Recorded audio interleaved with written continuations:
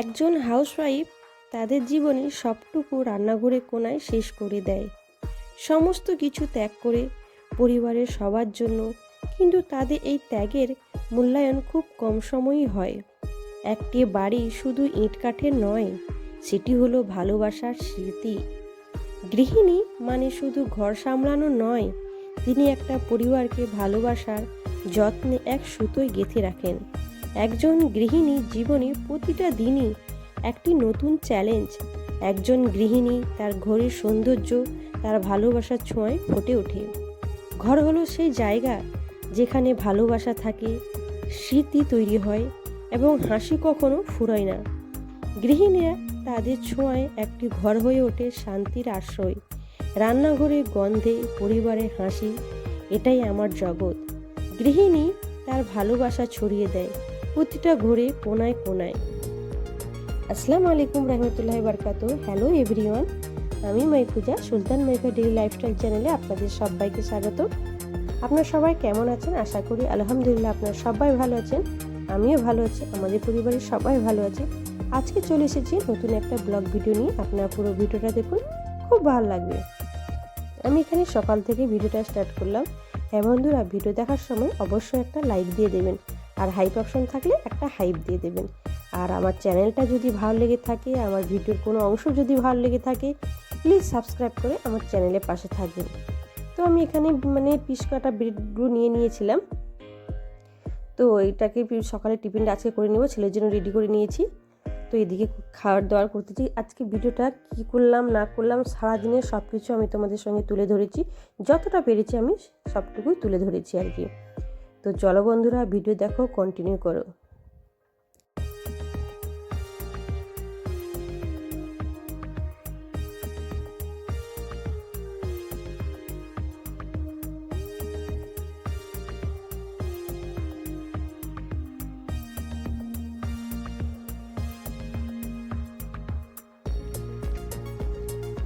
এদিকে বিছানাটাও গুছিয়ে নিলাম। বাবার এটা হলো বাবার খাট, ওটাকে ভালো করে একটা বেডশিট বিছিয়ে দিলাম।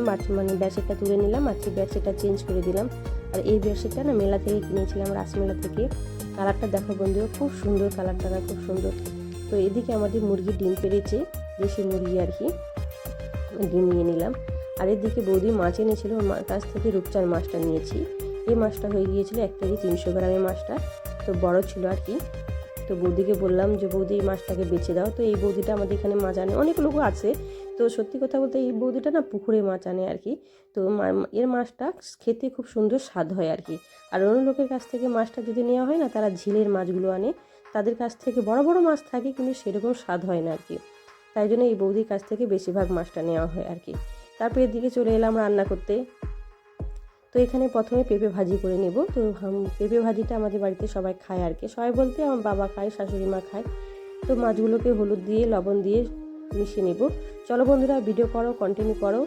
আর ভিডিওর মধ্যে কেমন হয়েছে না হয়েছে কমেন্ট করে জানাবেন।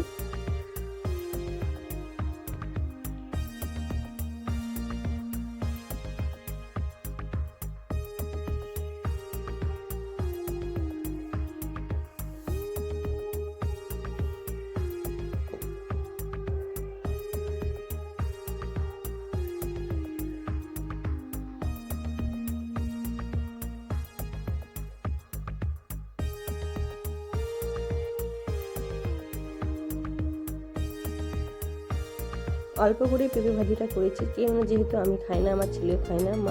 মা বলতে আমার শাশুড়ি মা খায় আর আমার বাবা খায় পেঁপে ভাজিটা। সবজি টবজি আমি অত পছন্দ করি না, আর আমার ছেলে তো একদম নেই না, পাতে নেই না আর কি। সবজি রান্না করলে আমার বাবা খায় আর আমার শাশুড়ি মা খায়, দুজনেই খায় আর কি। তো পেঁপে ভাজিটা হয়ে গেলে তারপরে এদিকে আমি আবার মাছটা ভেজে নেব।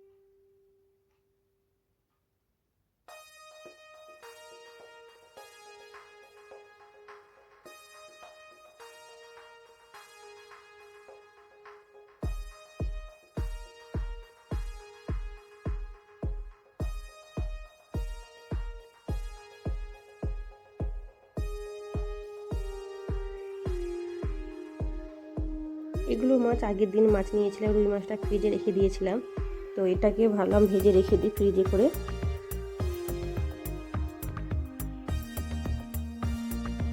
এই রূপচানটা আছে, এই রূপচানের মাথাটা আর এই রুই মাছের মাথাটা, এগুলোকে মাথাগুলো রান্না করে নেব আর মাছগুলোকে ভেজে রেখে দেবো আর কি। এই মাছটা আগের দিন নেওয়া হয়েছিল আর কি।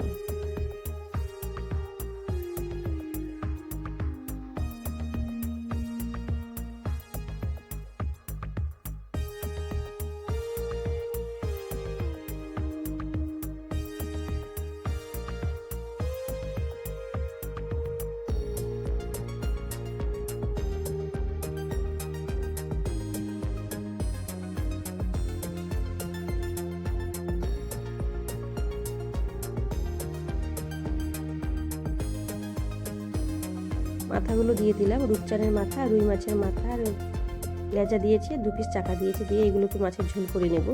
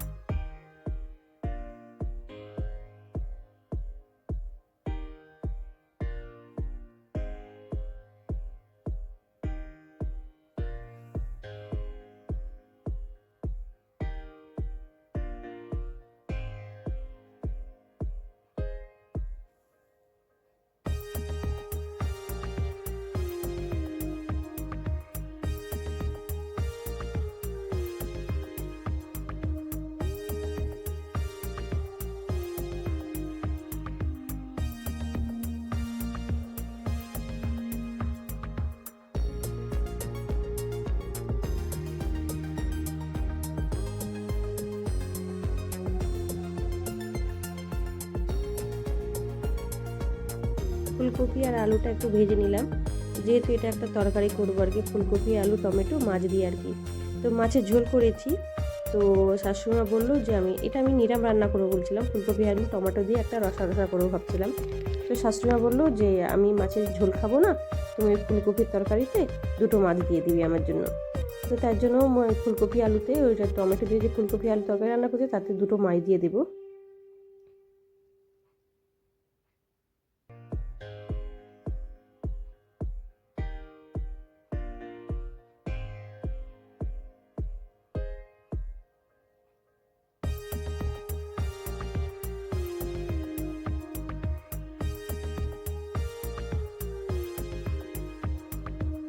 তো আজকে কী রান্না করলাম তোমাদেরকে দেখালাম। সেই মাছের মাথাগুলো, রুই মাছ আছে আর রূপচান মাছের মাথাটা, এটা আমি ঝোল করেছি। তো এখানে আছে ফুলকপির তরকারি, 2 পিস মাছ দিয়ে ফুলকপি, আলু, টমেটো দিয়ে এটা একটা রান্না করেছি। তো আর একটু অল্প পেঁপে ভাজা করেছিলাম, অল্প পেঁপে ভাজা আছে। তো এখানে মুরগিগুলো, আমাদের দেশি মুরগিগুলো ডিম পেড়েছে, এখানে কটা ডিম আছে। দেশি মুরগির ডিমগুলো কিন্তু একটু ছোট সাইজে হয়।